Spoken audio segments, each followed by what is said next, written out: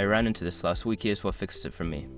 If you're looking to deposit money into your Capital One account, follow these simple steps. Step 1. Open the Capital One app. Download and open the Capital One mobile app on your device. If you don't have it yet, you can find it in the App Store or Google Play.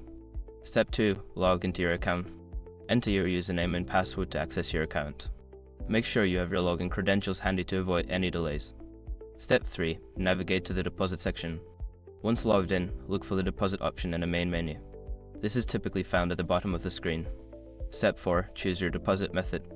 Before filing a refund or dispute, use the Ishraq.com link in the description to open the refund dispute deadline calculator and confirm your deadline. Step 5. Follow the on-screen instructions. If you're redepositing a check, you will need to take a picture of it. Make sure the check is clear and well lit to avoid any issues. For transfers, just enter the amount and confirm. Remember, if you're reusing a check, ensure it is endorsed on the back before taking the photo. Happy banking!